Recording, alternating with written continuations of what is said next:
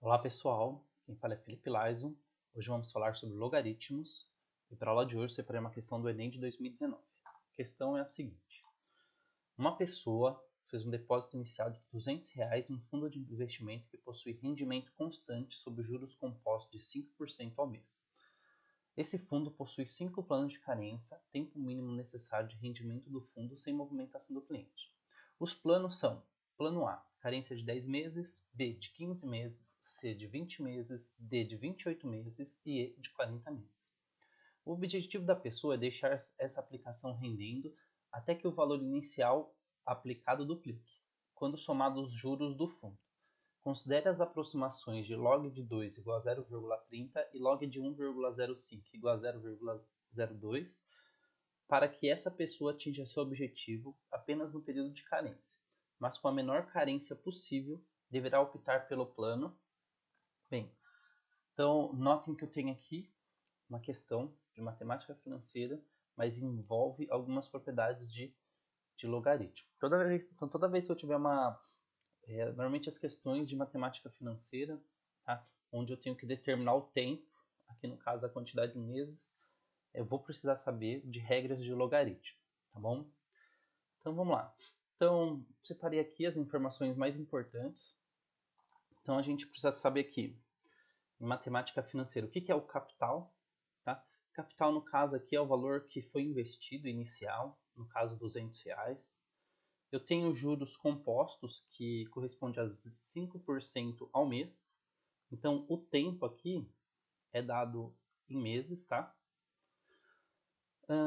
Ele deu também que log de 2 é igual a 0,30 e log de 1,5 é igual a 0,02. E ele fala que ele quer que o capital seja duplicado, tá bom? Então, eu vou chamar essa informação de montante.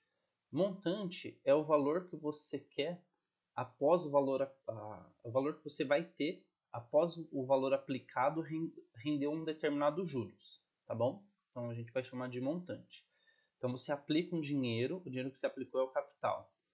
Ele vai render os juros e quando você for sacar lá o capital mais os juros, a gente chama de montante. E para a matemática financeira, quando eu tenho os juros compostos, então notem aqui que eu tenho juros compostos. Juros compostos é quando passa um período para o outro, os juros que rendeu no mês vai render juros para o próximo mês. É o que a gente conhece como juros sobre juros. Então, a equação do matemática financeira do montante é igual ao valor do capital vezes 1 mais os juros elevado ao período, o tempo, tá bom? Então, o M é o montante, o C é o capital, o J é o juro e o T é o tempo. Então, lembrando, a leitura da equação. O montante é o valor que eu vou retirar, tá? Então, o capital é o valor que eu investi num determinado juros, que vai ficar aplicado num determinado período, e no final desse período eu vou ter o meu montante. Tá bom? Então, o que eu vou fazer? Eu vou pegar essa equação e vou substituir pelas informações que eu tenho aqui em cima. Vai ficar da seguinte forma. O montante corresponde a R$ 400, tá? Porque ele investiu R$ 200, que é o capital, e ele quer sacar o dobro, e o dobro de 200 é 400. Os juros, notem que aqui os juros eu coloquei como 0,05. Então, 5%, eu tenho que lembrar que é a mesma coisa que 5 dividido por 100, e 5 dividido por 100 é 0,5, tá bom? Então, notem que eu tenho três formas de representar a porcentagem. Quando eu utilizo o símbolo de porcentagem, numa forma de fração ou uma forma decimal. Em matemática financeira, a gente costuma utilizar a forma decimal. Então, substitui aqui o juros 5% por 0,05. E o T, que é o tempo, eu não tenho. Eu só sei que ele vai ser contabilizado em meses, tá bom? É comum, uma questão também, o tempo ele dá em anos e a resposta ele quer em meses. Então, você vai ter que fazer a conversão do período, tá bom? Nesse caso, ele deu o tempo em meses e a resposta vai ser em meses. Então, não há necessidade de fazer conversão. Então, o que eu vou fazer? Próximo passo. O 200 que está multiplicando 1 mais 0,05, eu passo para o outro lado da igualdade, dividindo, operação inversa. Então vai ficar 400 dividido por 200, que é igual, aí vou somar 1 mais 0,05, que vai ser 1,05, tá bom? Então vai ficar 400 dividido por 200, que é igual a 1,05 elevado ao tempo. E por fim, vou dividir o 400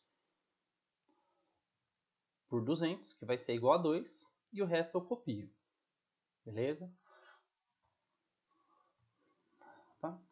Em seguida, o que eu vou fazer? Eu fiquei com essa seguinte equação. O que eu gosto de, eu gosto de carregar a seguinte frase comigo. Ó. Quando o expoente for a questão, o logaritmo é a solução. Então, toda vez que eu tiver uma equação que eu preciso determinar qual que é o expoente, eu tenho que resolver essa equação utilizando o logaritmo. Tá bom? E como é que vai ficar o logaritmo? O logaritmo vai ficar da seguinte forma. Algumas informações que você precisa lembrar. O logaritmo é chato de lembrar, mas o que você vai fazer? 1,05 ele é a base do expoente, tá bom? Então, a base do expoente vai ser a base do logaritmo. Então, vai ser log de 2. O logaritmando é a mesma coisa aqui, a potência. Bom, então, o logaritmando aqui é o 2. E a potência aqui na equação de cima também é o 2. Tá? E o expoente aqui no caso, é o logaritmo que a gente está determinando. Tá? Deixa eu colocar aqui. Tá? Então, o expoente na equação exponencial vai ser o logaritmo.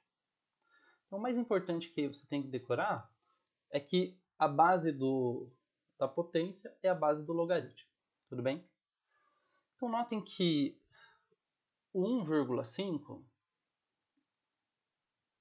eu não tenho um número aqui, que no caso lá está como t, mas eu estou utilizando x. Eu não consigo pegar 1,5 e multiplicando por 1,5 de tal forma que eu tenha 2, tá bom?